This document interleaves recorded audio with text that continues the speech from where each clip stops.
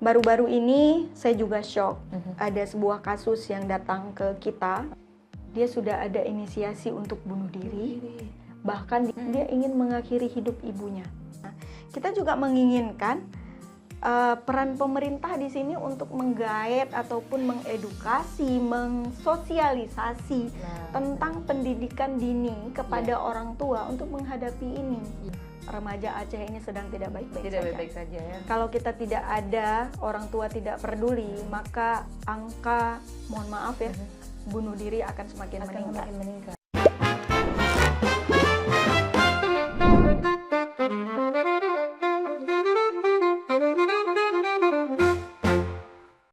Halo, Assalamualaikum warahmatullahi wabarakatuh. Jumpa lagi bersama saya, Bunda Dokter. Nah, hari ini, ladies, kita telah hadir bersama kita seorang wanita muda cantik yang sudah lama bergelut di dunia pergilaan. Nah, ya, ini yang dia tidak mungkin Kak waras Anita. lagi. Iya. Dan sudah melekat dari tahun 2018. Jadi udah kronik gitu penyakitnya. Ini dia Kak Anita. Apa kabar Kak Anita? Alhamdulillah sehat, dokter. Oke. Ini panggilnya apa? Bundok? Bundok. Boleh. Dokter. Jadi kita mau bincang-bincang dikit nih Kak Anita ya. Tapi sebelum kita berbincang-bincang lebih jauh, tak kenal maka tak sayang, sedap. Boleh diceritakan sedikit tentang background latar belakang, mungkin pendidikan, tinggal di mana gitu. Boleh ya? Iya.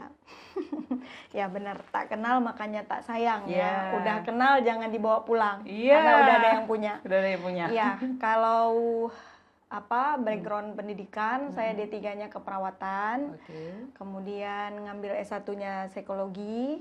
S1 psikologi. Masih di sini Iya. di Banda Aceh. Oke. Tinggalnya tetanggaan kita. Di Lambuk juga. Masih di Lambuk. Oke. Kalau yang lebih senang orang dengarnya kerjanya. Iya. Nah, kerjanya sejak kapan di RSJ? Iya. Saya memang udah nggak sembuh lagi dari Iya. 2008 udah di RSJ sampai dengan saat ini. Oke. Hanya saja kalau di awal-awal dulu dirawat inap. Nah, Iya. sekarang udah ada perubahan, udah dirawat Udah dirawat jalan tuh ya teman-teman. Sebelumnya penyakitnya tuh sangat berat, jadi dirawat inap, ditempatkan, sekarang udah dirawat jalan. Udah dirawat jalan. Udah ada perbaikan. Dikasih spesifikasi sama pimpinan itu ngurusin anak dan remaja. Nah, Ngurusin Gen Z dan Gen Alpha. Nah, oke. Kita mau mengulik lebih dalam tentang kalau bahasa kasarnya itu memang pungo gitu ya. Tapi bahasa halusnya gangguan mental.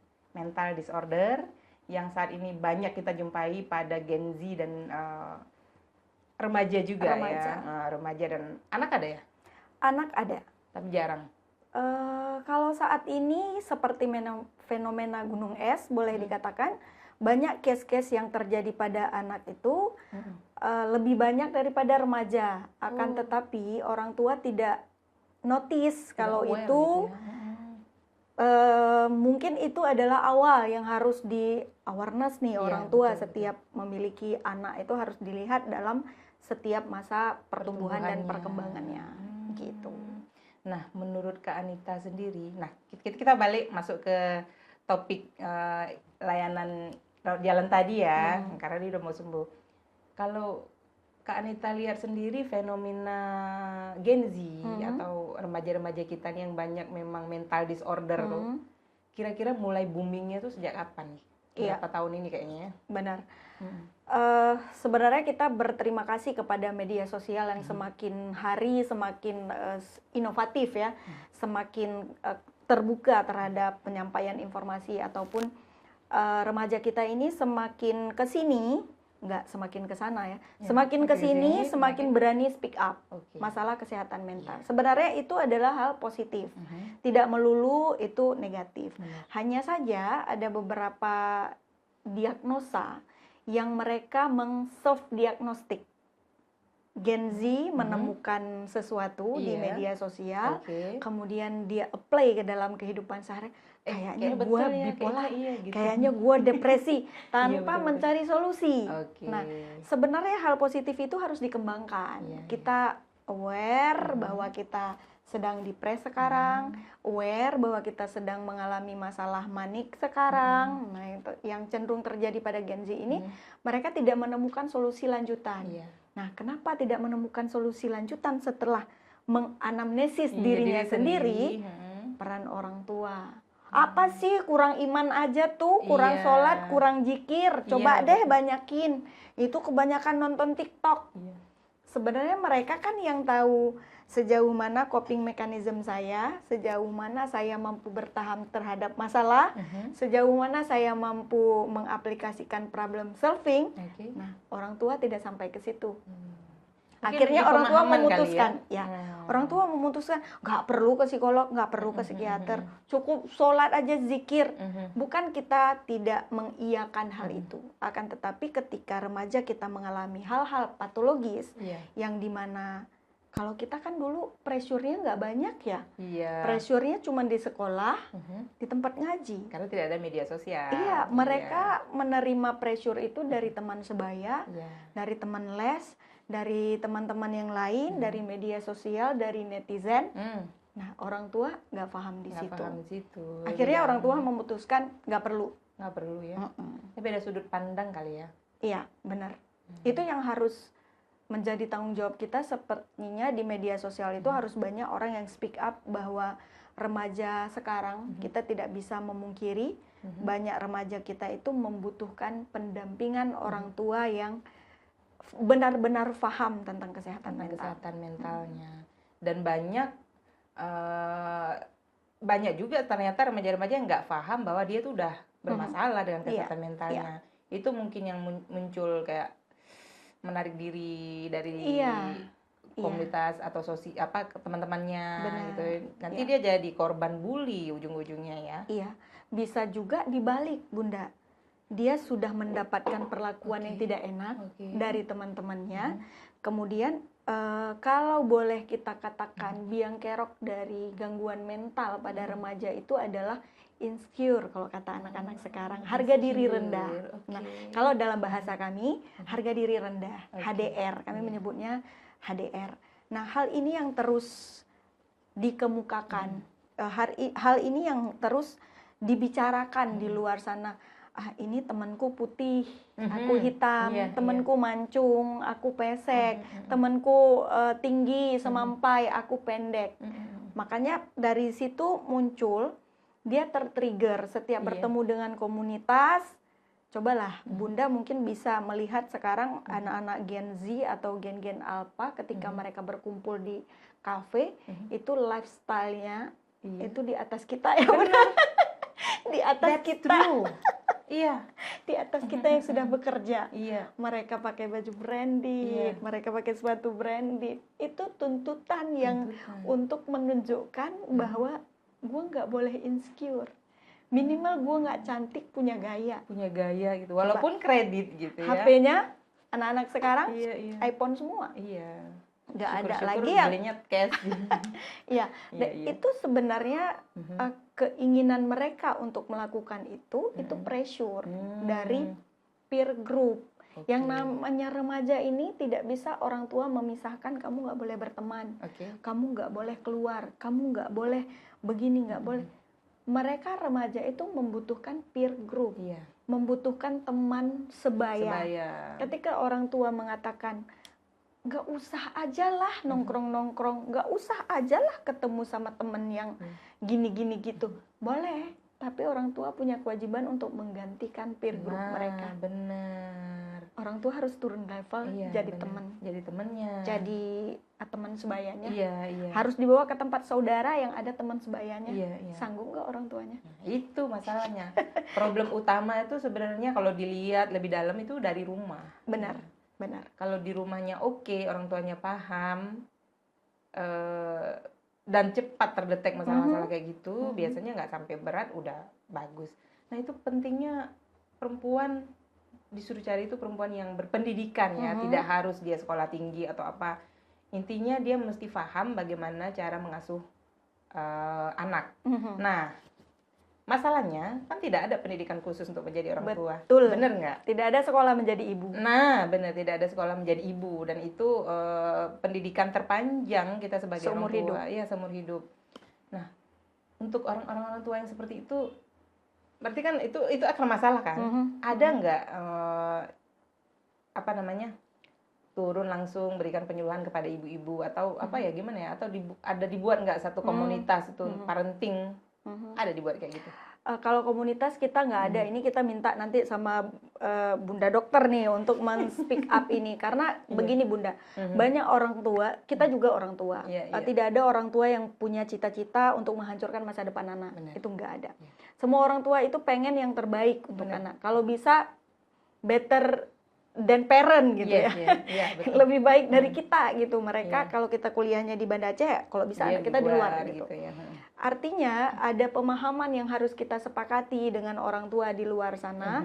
Dan saya setiap speak up tentang kesehatan mental selalu mengkaitkan bahwa pola asuh itu berpengaruh. Karena kenapa? Ketika kita orang tua tidak peduli dengan pola asuh, maka akan terjadi generasi yang begitu saja. Kita ngasuhnya besar sendiri besar gitu sendiri, sekolah, ya kita akan menerima generasi yang seperti itu. Tapi ketika pola asuh, orang tua mengasuh dengan bersungguh-sungguh, punya visioner, visi misi dalam mengasuh itu jelas, dan parenting itu bukan hanya tanggung jawab ibu, tapi namanya parent ya. Dua, harus ada ayah dan ibu. Ketika dalam rumah tangga parentingnya jalan, visi misinya jalan, maka kita juga akan menuai hasil remaja yang sesuai dengan visi misi kita. Jadi kalau saya orang yang sangat setuju orang tua harus terus belajar, karena kita tidak ada sekolah untuk menjadi ibu, dan kita mengasuh generasi yang berbeda-beda. Mungkin kalau kita pakai ilmu kita dulu, kita akan mengasuh dengan naluri maybe. Karena atau yang diturunkan oleh orang tua. Benar, karena naluri kita, ya perempuan itu tetap memiliki naluri ibu, sebagaimanapun gitu ya. Nah, tapi kalau kita mengasuh Gen Z, Gen Alpha dengan naluri, selesai, nggak cukup. Kita tidak akan sampai menemukan anak kita itu di masa depan. Artinya ada yang tidak terpenuhi di mereka. Tetap harus belajar. Kalau saya bilang ke orang tua sekarang jangan cuek, jangan apatis terhadap media sosial. Anak kita punya TikTok, kita juga wajib punya. Anak kita punya Instagram, kita wajib punya. Wajib di-follow nggak Instagram anaknya? Wajib. Karena kita nggak tahu anak kita berselancar di media sosial itu seperti apa. Dia live dengan siapa, dia kolaborasi dengan siapa. Mungkin anak kita seleb di TikTok, seleb di Instagram. Tapi kita tidak pernah tahu anak kita ngapain di media sosial. Harus punya siapa, interaksi. Kalau bukan anak dalam kita, artian mata-mata spy itu bukan. Tidak, karena kita harus remaja sekarang itu menginginkan orang tua yang selevel. Betul. Ketika dia ingin curhat, ibu ini harus menjadi teman curhat. Ketika dia punya masalah, ibu ini harus jadi penasehat, naik satu level. Ketika dia buat salah, ibu ini menjadi ibu. Jadi peran ini yang harus kita mainkan dan kita masukkan sesuai dengan kebutuhan remaja kita. Kalau kita, saya dulu nggak ada kayak gitu kok. Nah, itu yang sering disuruh ngaji, saya ngaji, disuruh sekolah, saya sekolah. Anak sekarang nggak bisa, Bunda. Nggak bisa ya, karena memang kondisi zaman sekarang tuh sangat jauh berbeda dengan yang dulu pada saat kita kecil-kecil dulu ya. Belum lagi seperti tadi, tuntutan zaman yang begitu tinggi, kadang-kadang kalau tidak diimbangi dengan parenting yang bagus dari rumah, udah kacau. Selesai. Kita tidak akan menemukan masa depan anak kita. Benar. Nah, yang seperti kita mau ya. Iya, benar. Yang seideal yang seperti kita mau. Nah, sekarang kan ada tuh istilah sandwich generasi. Gimana tuh menurut Kak Anita? Ya, ini memang banyak ya, Gen Z ini terlalu bervariasi untuk membuat istilah-istilah itu sandwich generation, terus strawberry generation gitu. Kalau sandwich ini mereka melabelkan mereka itu, kesehatan mental mereka itu ya berlapis-lapis. Dan inti dari sandwich itu ada di tengah. ada di tengah-tengah, terus jangan ada masalah, terus sekali makan kenyang, Iya. instan lah pokoknya, Iya. nggak ada proses. Kalau bisa kuliah itu langsung skripsi bayar aja Iya, lah. udah ada ijazahnya, langsung kerja, Ada dapat ijazah. gaji tinggi. Terus mereka punya apa ya, keinginan itu harus ada semua, tapi jalan yang ditempuh itu harus singkat. Iya. Nah, itu mereka menamai mereka seperti generasi strawberry yang cantik di luar, nggak tahan lama, mentalnya nggak tahan, ya seperti itu. Tapi memang kenyataannya seperti itu, Seperti Bunda. itu ya, rata-rata seperti itu ya. Seperti itu. Walaupun mungkin nggak semua ya. Mereka kelihatan tegar di luar, tapi begitu mereka ketemu dengan kita, mereka konseling, itu keluar semua pecah. Keluar semua ya. Dari pengalaman Kak Anita sendiri, kalau di rumah sakit jiwa banyak yang konseling, baik itu ringan, sedang, berat gitu. Yang paling berat kasusnya apa? Banyak banget. Kalau boleh kita cerita, remaja Aceh ini sedang tidak baik-baik Tidak saja. baik-baik saja ya. Kalau kita tidak ada, orang tua tidak peduli, maka angka, mohon maaf ya, bunuh diri akan semakin meningkat. Semakin meningkat ya. Karena kenapa? Prevalensinya di akhir tahun ini juga kita meningkat ya di Aceh ya. Budaya mengakhiri hidup dengan alasan apapun itu. Nah, kesehatan mental ini harusnya menjadi prioritas. Iya. Kenapa? Buat Karena semua ya? iya, remaja yang tidak siap di dalam ketahanannya akan menjadi generasi berikutnya kan, akan menjadi pekerja nantinya, akan menjadi bos di kantor. Akhirnya mereka terus menjadi generasi toksik yang tidak bisa bertahan dengan konflik. Nah, baru-baru ini saya juga shock, ada sebuah kasus yang datang ke kita, konsul laki-laki, masih usia muda sekali, kelas 2 SMK. Dia datang belasan, dia datang nangis, itu ditemani oleh ibu dan ayahnya. Saya ambil kesimpulan, oke, nak, kamu mau cerita didampingi oleh ibu kamu atau kamu mau cerita kamu sendiri aja? Saya sendiri aja, Bu. Oke, mohon maaf ibu, tunggu di luar dulu, saya mau cerita dulu sama anaknya.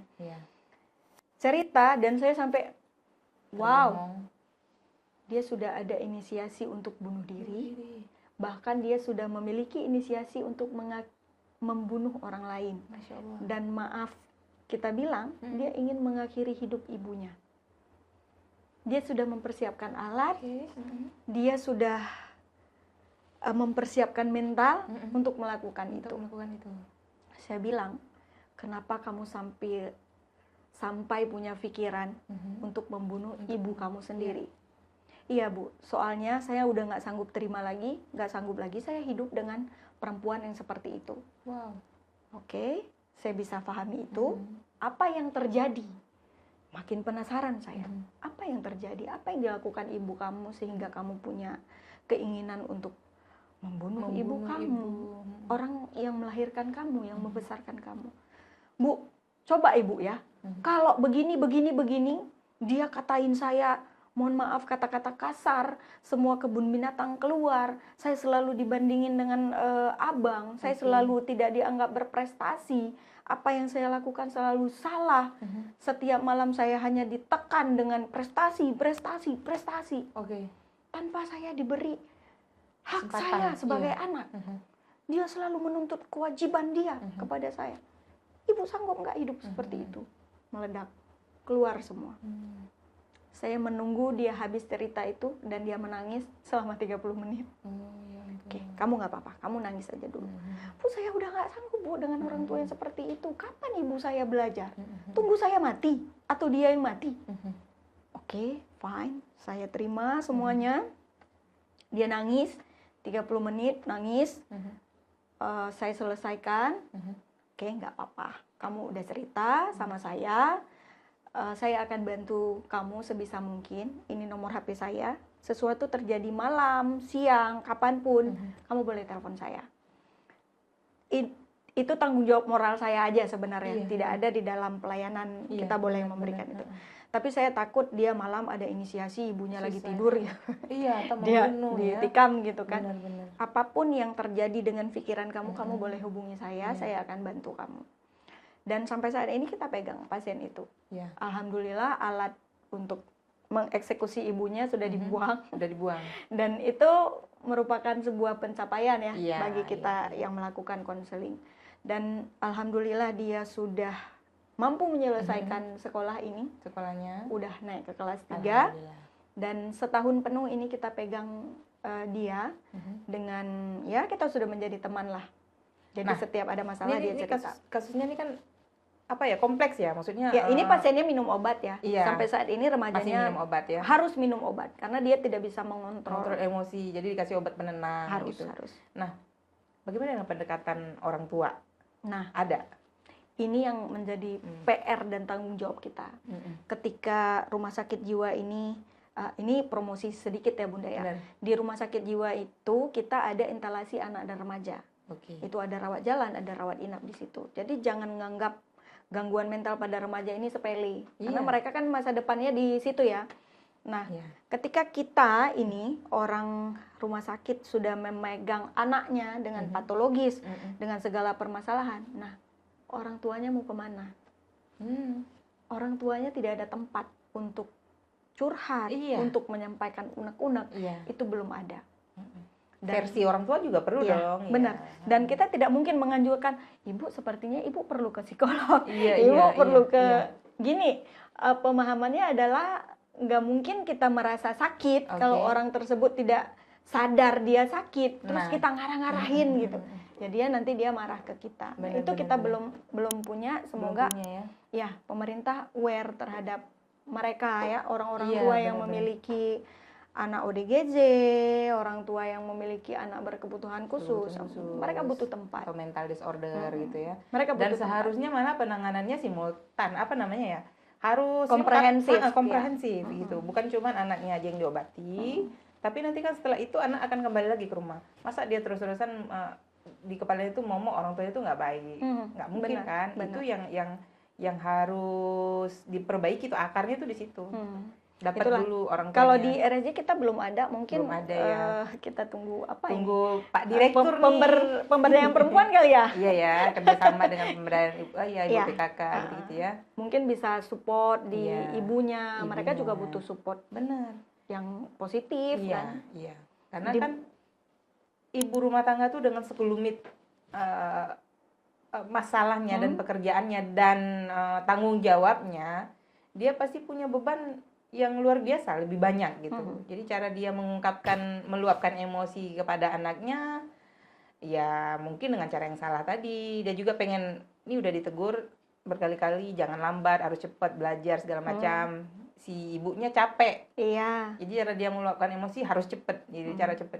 Sementara si generasi yang sekarang ini atau anaknya belum siap menerima metode belajar setengah VOC seperti itu kan.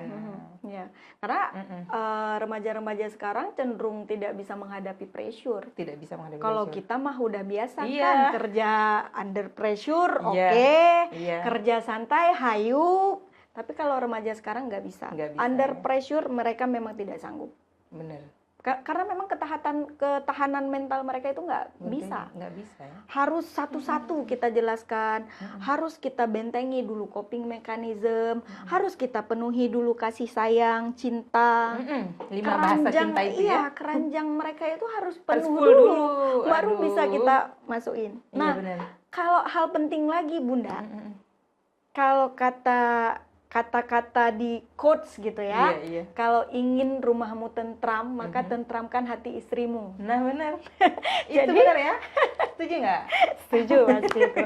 Karena ada peran ayah dan Iya. peran suami yang terkadang dilupakan di dalam proses Iya. tumbuh kembang anak. Nah, ada sebuah proses di mana hati istri yang harus ditentramkan oleh suami supaya si istri ini mampu menjalankan peran selanjutnya menjadi ibu. Iya. Nah, memang jadi perempuan ini banyak peran yang harus kita kerjakan. Iya. Peran istri, peran ibu, kemudian kalau kita pekerja, kita peran pekerja iya. gitu. Belum lagi tuntutan yang lain-lainnya, Iya. peran sebagai menantu, peran sebagai adik ipar, kakak ipar, Sosial segala macam. banyak ya, sekali sama tetangga Benar. gitu. Semua kan harus kita proses dengan baik. Benar. Nah, kalau ada perempuan yang trouble sekali dengan kehidupannya. Artinya suaminya nggak benar, anaknya juga susah diatur, tetangganya ikut campur. Iya. Julid gitu ya. Hal-hal lain, Iya, iya. dia di kantor juga mendapatkan perlakuan dari Tekanan, atasan yang nggak bagus. Mm-mm. Maka ini akan berpengaruh. Ke pengasuhan jadinya ya. Iya, Membawa pulang energi yang negatif. emosi sampah Emosi dia bawa sampah pulang yang dia bawa semua. Semuanya bertumpu pada anak yang Benar. menerima. Itu Gitu. betul. Itu betul. Sepengalaman pribadi aku tuh betul. Jadi perempuan itu walaupun dibilang makhluk yang kuat, ya, tapi dia punya daya apa ya? Dia punya maksimal daya menahan semua itu. Jadi ketika udah penuh, ibaratnya tuh laptop atau komputer tuh udah penuh, dia perlu di refresh atau perlu diinstal ulang. Nah, cara nginstal ulangnya itu lewat pasangan memang. Betul.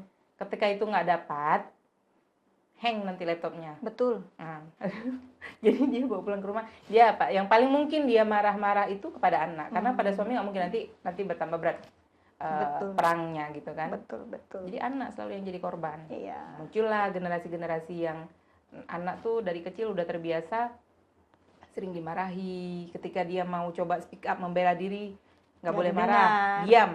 Mau Lagi nangis nggak boleh diam. nangis. Jadi semuanya dipangkas gitu. Iya. Padahal kalau sebagai orang tua menyadari bahwa dia perlu rasa dia harus ada tuh menangis, Iya. terus usaha untuk membela diri, itu harus ada supaya apa? Membentuk karakter pribadinya lebih kuat ke depan. Betul sekali. Dan itu yang banyak nggak difahami oleh orang tua, termasuk Iya. saya dulu. Saya juga sebagai orang tua tidak sempurna ya. Iya. Kita kan terus belajar, Terus belajar, menjadi ya. orang tua.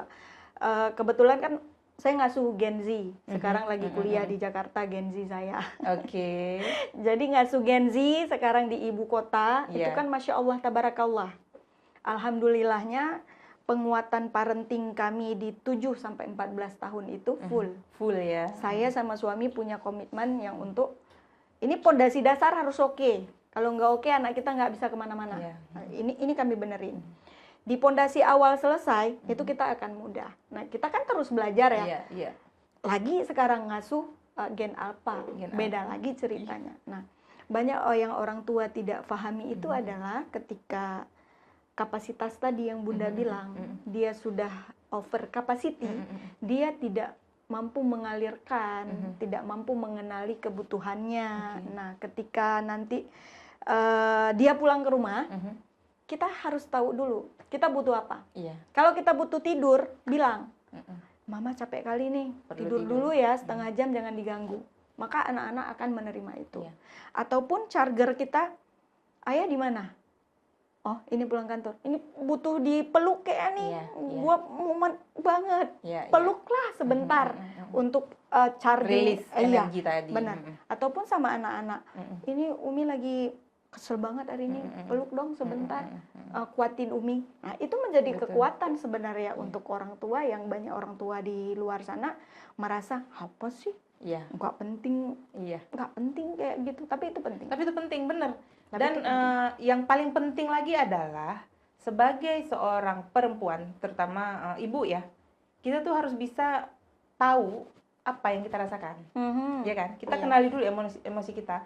Apakah kita merasa jengkel? Apakah kita merasa senang? Apakah kita merasa sedih? Supaya kita tahu, setelah kita tahu diagnosis, tahu dong tata laksana selanjutnya. Itu tujuannya. Nah, kebanyakan orang rata-rata dia tuh bingung menyimpulkan emosi yang dia rasa itu apa.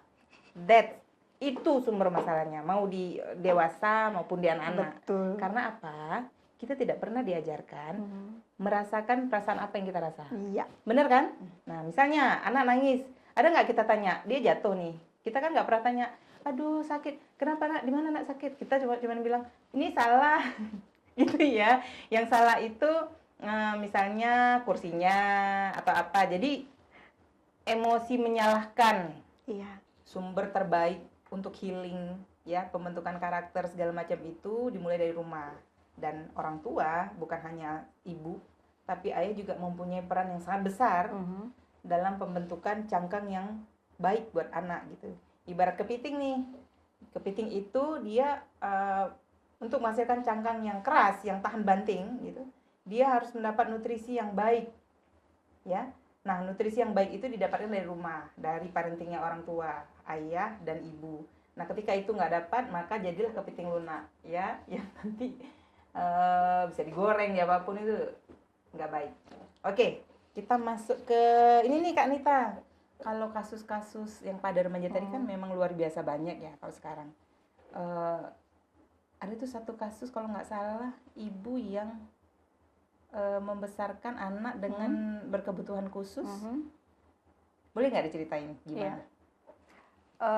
Kalau pasien kita memang bervariasi sekali ya Bunda ya. Banyak kasus-kasus yang kalau dulu saya sebelum di anak dan remaja ini nggak tahu kalau ternyata anak dari TK masuk ke SD itu bisa ada gangguan loh. Bisa gangguan penyesuaian. Oke. Dia dari TK itu kan cenderung bermain-main. Bener. Nah, kemudian dia masuk ke SD. formal, Oke. ke pendidikan formal yang menuntut dia harus duduk Bangun pagi, rapi, duduk rapi, mulai ada PR, datang mulai tepat ada waktu, ya. Bener. Jadi oke. mereka ada anak-anak yang rentan, yang coping mekanismenya nggak bagus, pertahanan emosional yang nggak bagus, stabilisasi emosinya nggak bagus. Nah, ini akan terjadi gangguan, namanya gangguan penyesuaian. Nah, kemudian saya sebelum di anak remaja juga nggak tahu kalau ada anak yang rentan terhadap depresi. Ada ya? Dan anak yang mengalami depresi itu cenderung susah untuk kita deteksi.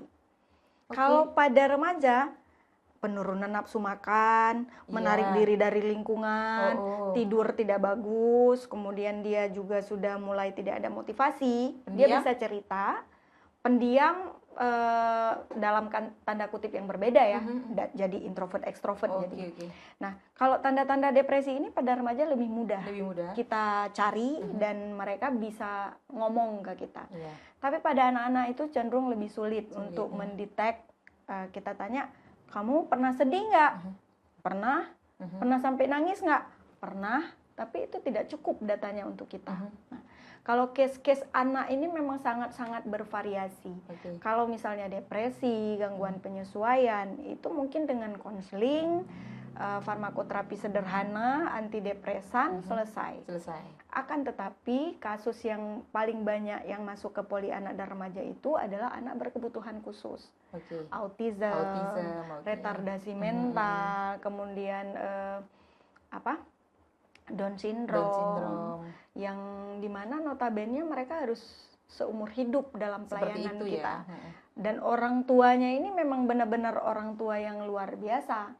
Sehingga pada 2023 silam, 1 tahun yang lalu, 2 tahun yang lalu, kita pernah membuat satu event di Pendopo, bekerja sama Ibu PKK sama Rumah Sakit Jiwa itu, memberikan penghargaan untuk 3 ibu inspiratif.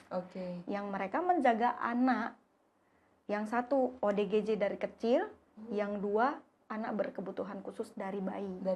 Dari bayi, 1 Down syndrome, 1 autism.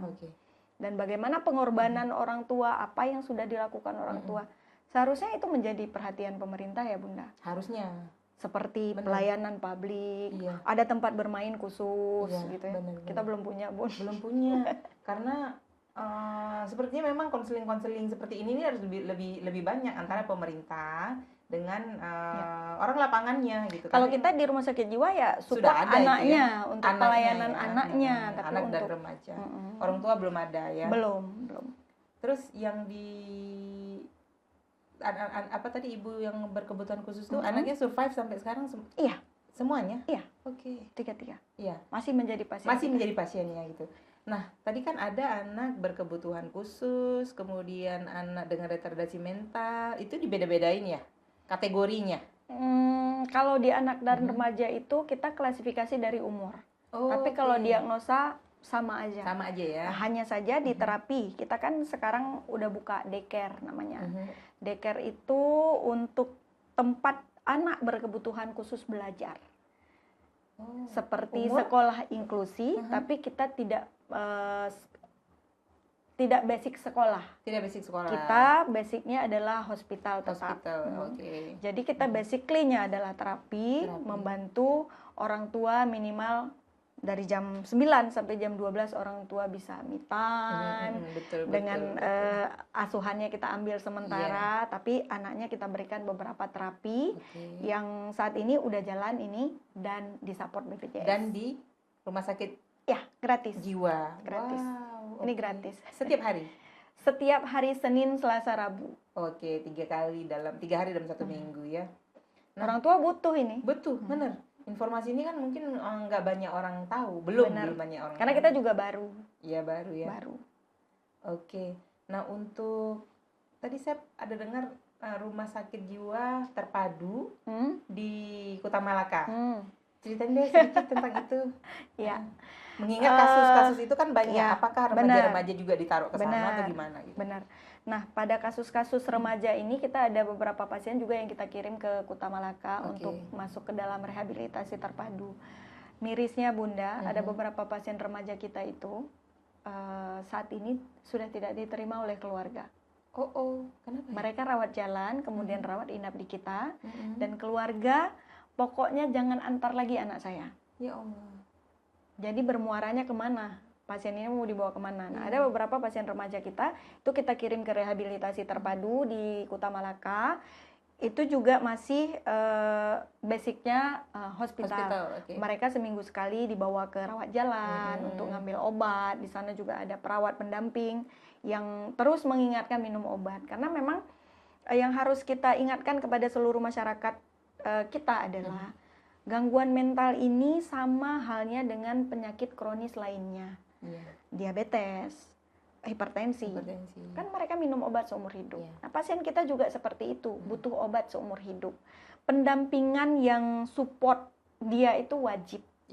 Karena ya namanya kita juga sakit kepala aja, rasanya kalau udah nggak sakit lagi kan nggak minum obat lagi.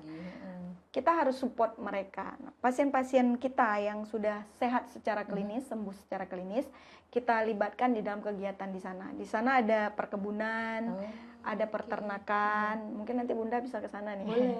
Lihat. Berarti diajar keterampilan ya di sana? Keterampilan. Mereka kita ajarkan keterampilan sederhana. Supaya waktu ke Bali mereka punya potensi. Punya skill. Gitu ya. Dan ini kita berharap kepada pemerintah ya untuk bisa mensupport karena ini belum ada. Di Indonesia rumah sakit jiwa yang baru punya rehabilitasi terpadu itu kita. Wow. Number one. Yes. Percontohan ini berarti ya. Mudah-mudahan sukses ya di yang percontohan di Kota Malaka. Nah, bagaimana dengan yang di sini? Di sini masih ada rawat inap itu masih ada tetap? Masih ya. Dan kalau dibandingkan kasus antara dewasa dan remaja tadi itu mana yang lebih banyak prevalensinya? Kalau kasus lebih banyak dewasa. Akan Gitu. tetapi seharusnya kita kan sebenarnya sebagai tenaga kesehatan itu ada 4 aspek ya Bunda. Preventif, kuratif, paliatif, sama rehabilitasi. Nah, orang kita itu cenderung perhatiannya khusus di kuratif. Udah sakit ya udah diobatin. Tapi nah, sementara sudah diobatin, paliatif nggak ada lagi harapan hidup. Itu nggak perlu lagi, harus kita, maksudnya bukan kita skip dan kita tidak pedulikan. Akan tetapi kenapa kesehatan mental remaja ini penting? Ya di preventif. Kita bisa mencegah. Yang orang tua sampai nggak mau terima segala macam itu, ya itu salah satunya. Kebanyakannya ekonomi. Jauh kali ya? Di dalam keluarga. Ibunya sudah menikah lagi, suami baru tidak menerima anak dari suami lama, atau nggak mengakui anak gitu ya. Betul. Banyak gitu kejadian. Ada beberapa kasus kita. Sebagai penutup kita hari ini, Kak Anita boleh dong diberi sedikit wejangan yang panjang tentang yang 4 tadi ya, pencegahan kemudian sampai selesai. Lama-lama saya dibenci sama orang tua nih. Saya di RRI bahas kesehatan mental remaja yang salah orang tua. Saya di rumah sakit melakukan pelayanan pada pasien remaja yang saya salahin orang tua. Hari ini diundang Bunda Dokter juga yang disalahin orang tua. Karena mohon maaf itu teman-teman, sepenting itu buat ibu bapak semuanya. Parenting orang tua itu sangat penting. Itu di-mention dalam Al-Quran itu berapa kali. Benar. Dan mention yang paling banyak di-mention di dalam Al-Quran itu apa? Peran ayah. Boleh dijelaskan lagi? Betul sekali. Ya. kita kan masuk ke dalam sebenarnya tahap itu ada 4 sebelum dia direhab. Oke. Yang pertama sekali itu preventif sebenarnya, pencegahan. Oke. Siapa yang harus melakukan pencegahan terhadap kesehatan mental pada remaja? Ya otomatis yang punya anak dulu. Nah, Iya, kita sebagai orang tua yang memiliki, itu kan produk kita ya. Yes. Yang paling tahu produk itu siapa? Kita dong. Orang yang buat Bahan produk baku kan? semuanya ya. Gitu. Benar. Jadi peran penting itu memang di orang tua. Kita nggak bisa mengalihkan, di mana orang tua yang harus tahu sejak dini, anak saya bermasalah, anak saya mulai nggak benar, anak saya mulai harus kita berikan perhatian lebih gitu ya. Itu memang tidak bisa kita pisahkan antara peran orang tua dengan pencegahan gangguan mental pada remaja. Nah, kita mention lagi setiap konseling pada pasien-pasien kita, yang pasien-pasien remaja khususnya, itu memang kita mentionnya ibu sebisa mungkin, ibu harus melakukan pendekatan.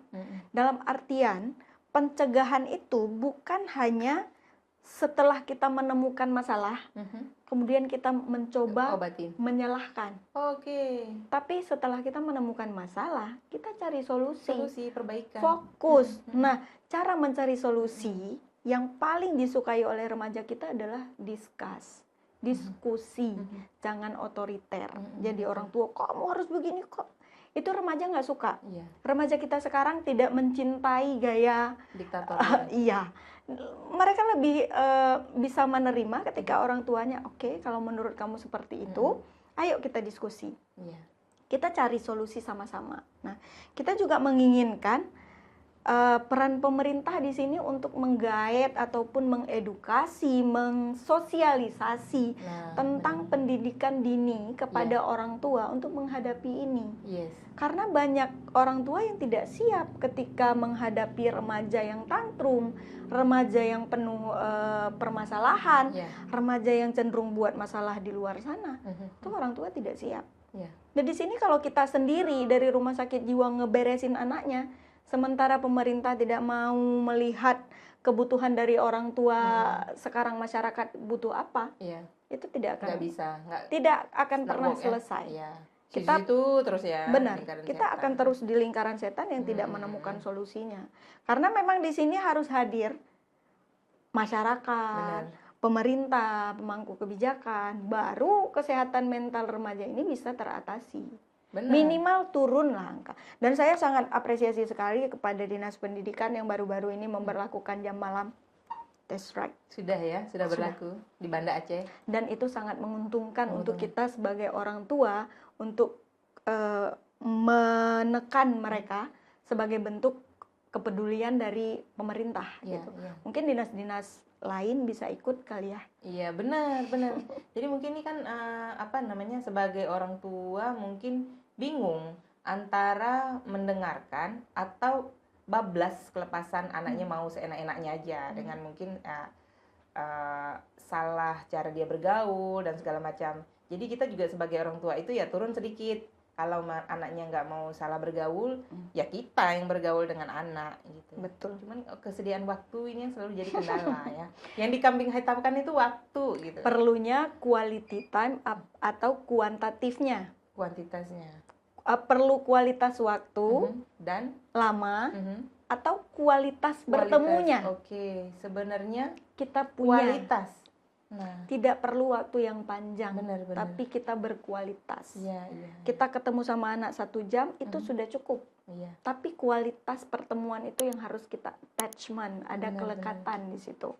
Bukan hanya kita sekedar menyapa, bukan hanya sekedar anakku sudah makan, sudah sholat, tapi ada attachment, belajar hari ini, ada kelekatan, gitu. Tidak perlu kuantitas waktu yang lama berjam-jam. Kita istirahat jam 12, jam 1, ketemu sekedar makan, tapi attachment-nya hidup, kelekatannya ada, anak dapat semuanya dari kita, cukup. Semuanya. Bahkan kadang-kadang kalau kita ini sepele ya, kalau saya tuh punya kebiasaan di weekend mau di Sabtu Minggu itu sekeluarga itu mesti wajib temanin ayah bundanya pergi ke pasar.